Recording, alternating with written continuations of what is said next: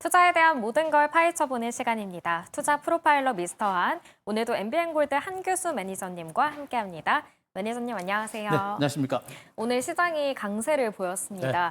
어떤 점을 좀 눈여겨보셨는지 궁금해요. 너무 많이 올랐어요. 너무 많이 올랐어요. 단기가 너무 많이 오르고 네.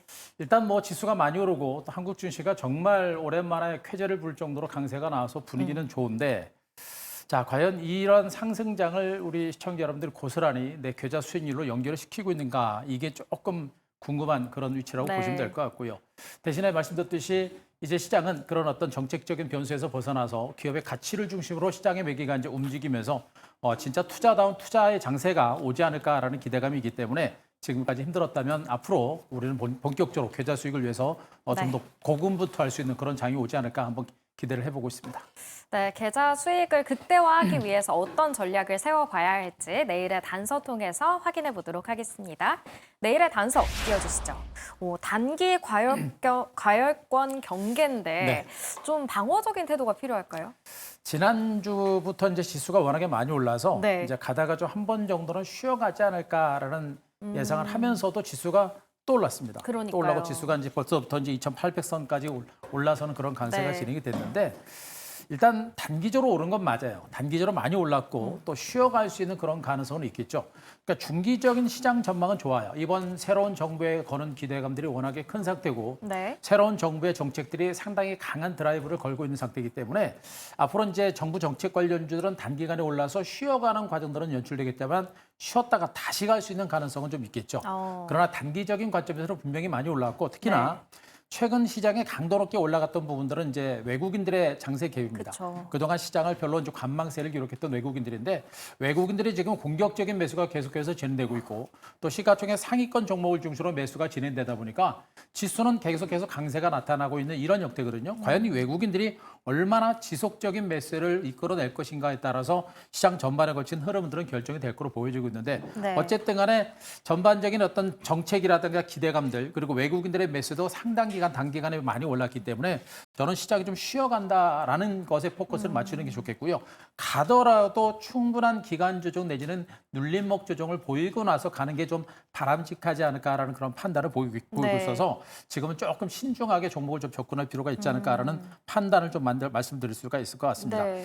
자, 언급드렸듯이 지금 새 정부에 대한 정책 기대감이 워낙에 크죠. 지금 뭐 그동안 코리아 디스카운트가 워낙 긴 시간 동안 접촉됐었고 여기다 지금 이제 자사주 소각이라든가 여러 가지 정책적인 내용들이 구체적으로 나오다 보니까 그런 재료들이 굉장히 강하게 반영이 됐고요. 또 정치적인 불확실성이 해소가 된 부분이 분명히 강한 호재가 된 것으로 보시면 됩니다. 그러나 그런 것들은 분명히 많이 반영이 됐다. 앞으로도 오늘도 보면 여러 가지 이제 정책에 대한 기대감을 가지고 요즘에 가상화폐 관련주라든가 이런 종목들이 또 올라가고 있고 앞으로도 새로운 정부에서 추진하는 정책 테마주들은 순환매가 돌 거예요. 그런데 은행주라든가 증권주라든가 지주사 같이 굵직굵직한 섹터를 중심으로 강하게 나타났듯이 나머지 섹터들은 짧은 기간에 움직이는 그런 단기성 그 테마일 가능성이 굉장히 높습니다. 대응하기가 좀 어려운 그런 섹터가 되겠죠. 그래서 정책 테마주들에 있어서는 앞으로는 우리가 짧게 끊어치는 그런 매매가 좀 필요하지 않을까 하는 그런 판단이겠고요.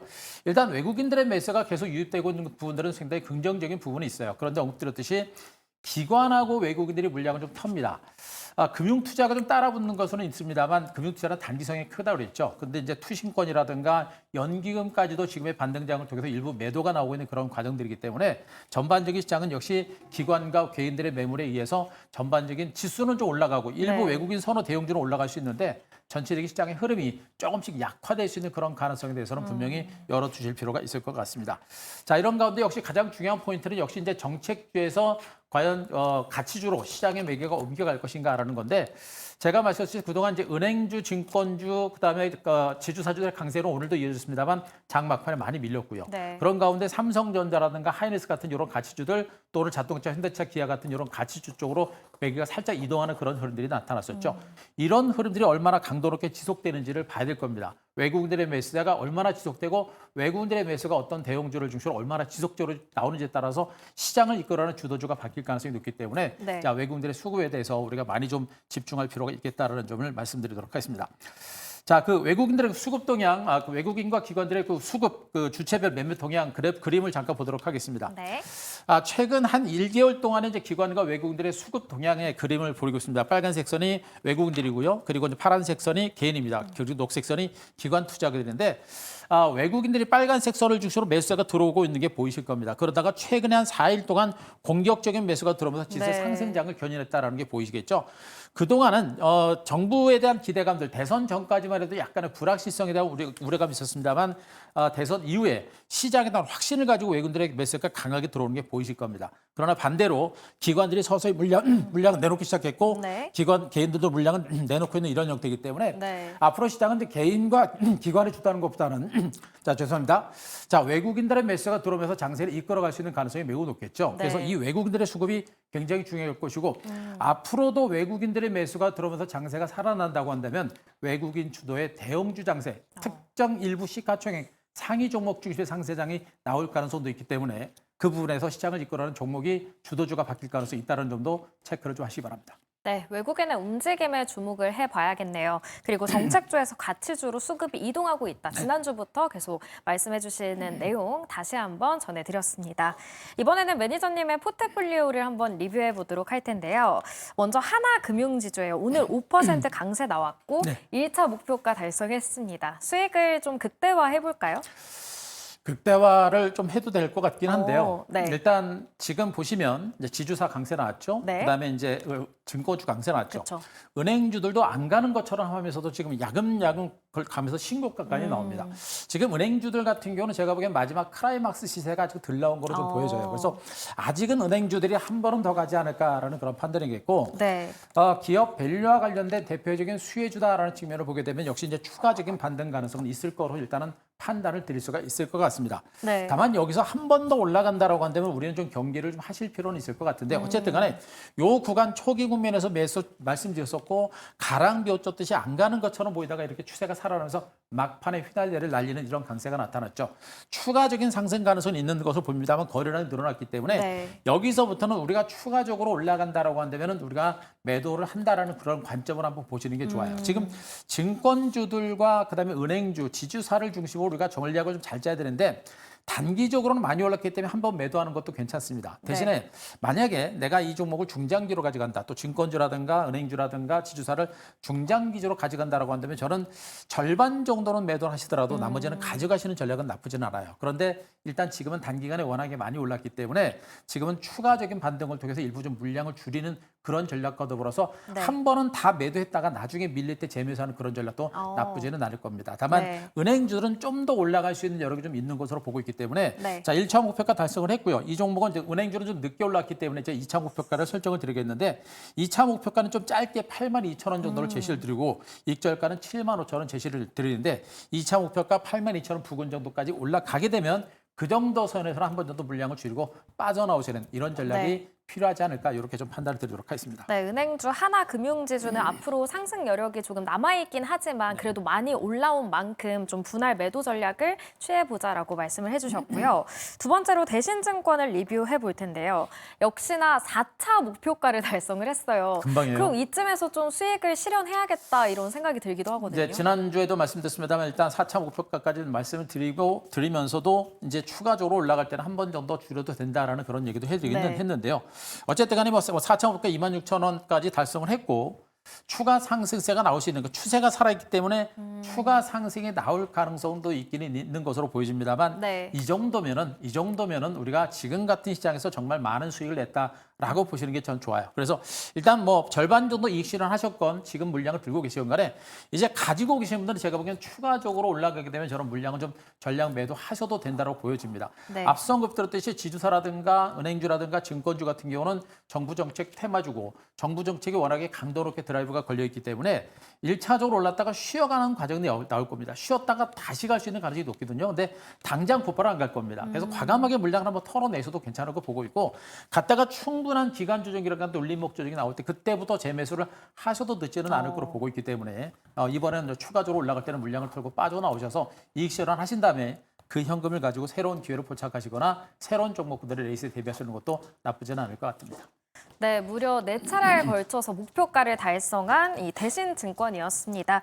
이익 실현을 해보자라고 조언을 해주셨네요. 그렇다면 내일장에는 어떤 종목에 우리가 집중을 해봐야 할지 내일의 종목도 확인해 보도록 할게요. 내일의 공략 종목은 케어젠 다시 나왔네요. 네, 가져왔습니다. 네. 일단 지금 이제 이슈 테마주들이 이제 정부 정책 수혜주들이 워낙에 많이 올랐어요. 네. 많이 올랐고 많은 섹터들을 중심으로 이제 올랐고요.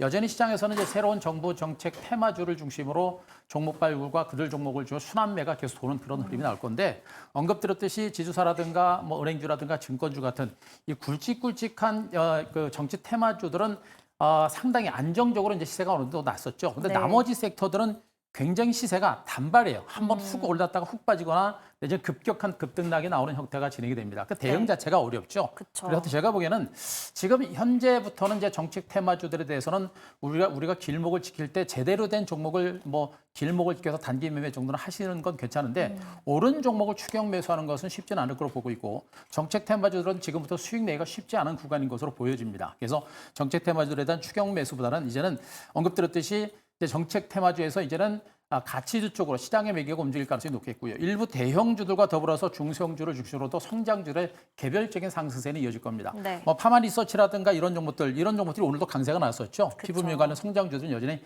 강세가 나왔기 때문에 개별적인 모멘텀과 성장성 있는 종목들은 계속 보시는 게 맞겠고 케어제는 바로 그런 맥락에서 봤을 때 이런 종목들은 여전히 또다시 모멘텀을 바탕으로 주가가 움직일 수 있는 가능성은 여전히 큰 것으로 자 보시면 되겠죠.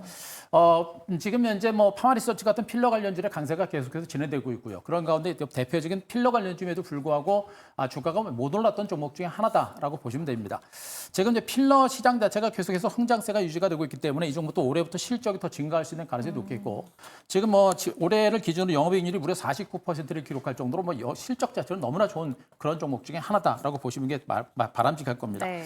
그러니까 펩타이드 기반의 이제 화장품이라든가 의료기기를 생산을 하고 있는 그런 업체이고요. 실질적으로 필러 쪽에서 굉장한 실적이 계속 나오고 있기 때문에 안정적인 영업 흐름을 유지하고 있는 그런 대표적인 종목으로 보시면 됩니다. 여기다가 최근에 신약 개발에도 계속해서 주력하고 있는데 황반변소라든가 당뇨병, 탈모 치료제까지 지금 여러 가지 다양한 신약 개발 파이프라인을 형성을 하고 있기 때문에 신약 개발과 관련된 부분에서 이 회사의 성장 동력이 다시 한번 부각될 수 있는 가능성이 상당히 높은 것으로 일단은 보시면 될 것 같고 오늘도 시장에서 났던 얘기 중에 이제 차세대 탈모 솔루션이 내년에 출시될 거다라는 그런 얘기가 나오고 있죠. 폴리큘레라는 그런 제품이 나온다라는 얘기인데 이 제품에 대한 기대치도 낮지는 않습니다. 시장에 대한 기대치가 이 제품에 대한 효능에 대해서는 기대치가 상당히 높은 상태이기 때문에 내년 이후에 출시가 된다고 한다면 그에 따른 반등도 나올 수 있겠습니다만 제품 자체가 내년에 나오기 때문에 지금 당장은 시세가 안 나옵니다만 기대감에 의한 반등도 분명히 나올 수 있다는 측면이겠고 강조를 드리고 있듯이 제가 이제 제일 중요하게 말씀드리고 있는 게 지금 이제 경구용 체중 감량 건강 보조식품이죠. 네. 자, 이 제품이 이제 올해 나올 걸로 일단 예상이 되고 있습니다. 6월 정도에 나온다는 얘기고요. 근데 위고비에서 예상하고 있는 정도의 이제 목표 감량을 예상하고 있는 그런 상태죠. 이 제품에 대한 기대치가 시장에서 상당폭 커지고 있기 때문에 이것이 만약에 시장에서 긍정적인 결과를 만들어낸다고 한다면 또 한 번의 강한 어떤 레이스를 펼칠 수 있는 그런 가능성이 높겠고요. 네. 또 황반병성과 관련된 대규모 이제 공급 계약이라든가 내지는 기술 이전 가능성도 이제 부각이 되는 부분이기 때문에 케어지넨이라고는 종목은 우리가 예상하지 못했던 부분에서 강한 어떤 모멘텀이 나올 수 있어서 한 번 정도 길목을 잡고 기다려 볼 만한 그런 종목으로 우리가 계속해서 주목해 볼 만한 종목으로 말씀드리도록 하겠습니다. 네, 케어제는 실적 상승에 대한 기대감도 있고 또 신약 개발이라는 성장 동력도 있기 때문에 주목을 해보자라고 말씀을 해주셨는데요.